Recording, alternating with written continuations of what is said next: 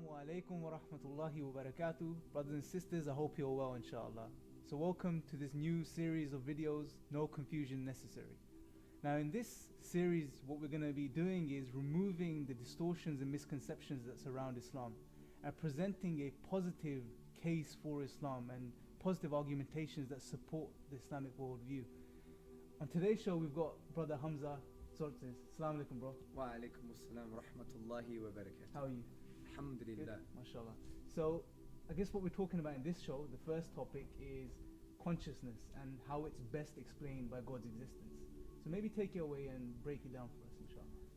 Well, consciousness is an interesting reality.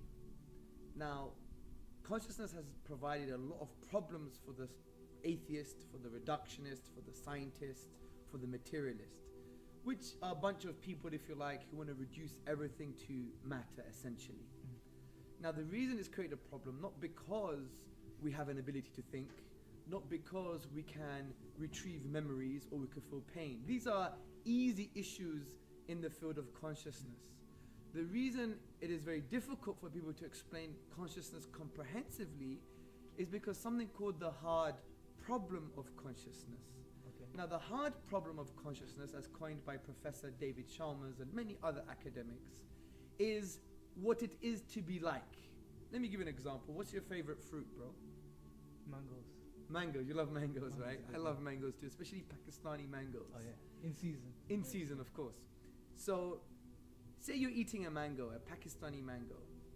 Now, materialists or scientists or reductionists may be able to find out you're eating, it's a fruit, and you find it sweet, just by looking at the neurochemical activity in the brain, Right, what's okay. happening in the brain.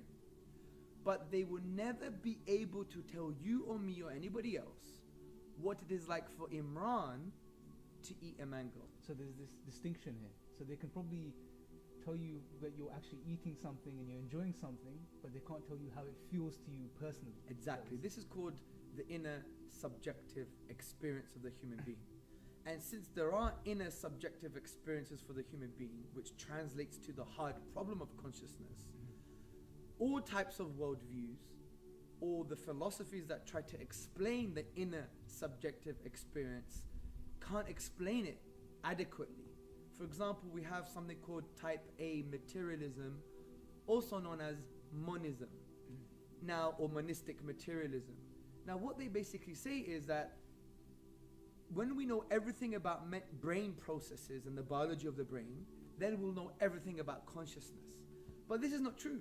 Because if I were to know everything about your brain from a biological scientific perspective, map out all the neurochemical activity, the entire kind of structure of your brain, we could never infer, we could never reason or find out what it is like for Imran to fall in love, what it is like for Imran to have a gourmet coffee, what it is like for Imran to enjoy a chocolate cake, what it is like for Imran to feel pain, what it is like for Imran to feel chilled out and relaxed.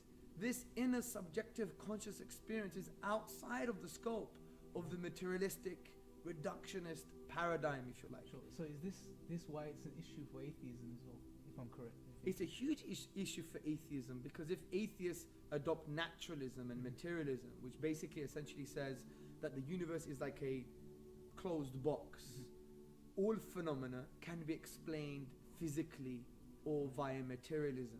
If that is the case, then it provides a huge problem, because think about it, if the entire universe is just a rearrangement of chunks of matter, then how can these chunks of matter give us these inner subjective conscious states? Right. So what you're saying is that matter itself can't formulate into something that's immaterial, Like conscious consciousness, states, for like example. inner subjective experience. But what some philosophies of the mind do is that they just ignore, they just say our conscious states, our inner subjective conscious states are illusory. Basically, they don't exist. Right. So they ignore that which requires explaining in the first place. And there's something called type B materialism, type C materialism, there's type D dualism, there's type E dualism, there's type F panpsychism. There are so many different philosophies that try to explain consciousness and the inner subjective experience from a materialistic or non-materialistic perspective. But it's very complex to discuss in a few minutes. But the point I want to raise for people to investigate further is that when we analyze all of the competing worldviews to explain the inner subjective experience, you can't explain them. Like, for example, I had a debate recently with Professor Peter Simons from Trinity College. Yes. And I articulated all of this, and he agreed with me. He said, yes, nothing is really explaining the fact that we have inner subjective conscious experience, what it is like for Hamza to eat a strawberry.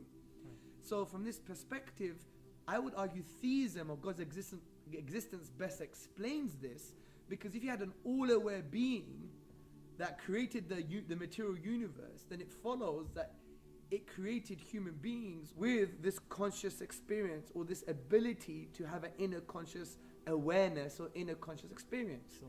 If you didn't have an all-aware being and you just had dry, cold physical matter, then how on earth would you have inner subjective conscious states? It's impossible. So I guess what you're saying is that from our perspective, what we're saying is that the best explanation to consciousness, or the existence of consciousness, is the divine reality, because God, because the material sum of the universe doesn't explain, or matter doesn't explain, an immaterial state coming into existence out of nothing, pretty much. Yeah, to summarize this, you even have reductionists and materialists like Christoph Koch. He basically says that we may not be able to answer the question about the inner subjective experiences. You have the researchers like Ned Block. He says we have zero worthy of a research program. Yes. Researchers are stumped. I guess that's a good place to conclude. Jazakallah khair for your time. Assalamu alaikum. Wa alaikum assalam wa rahmatullah.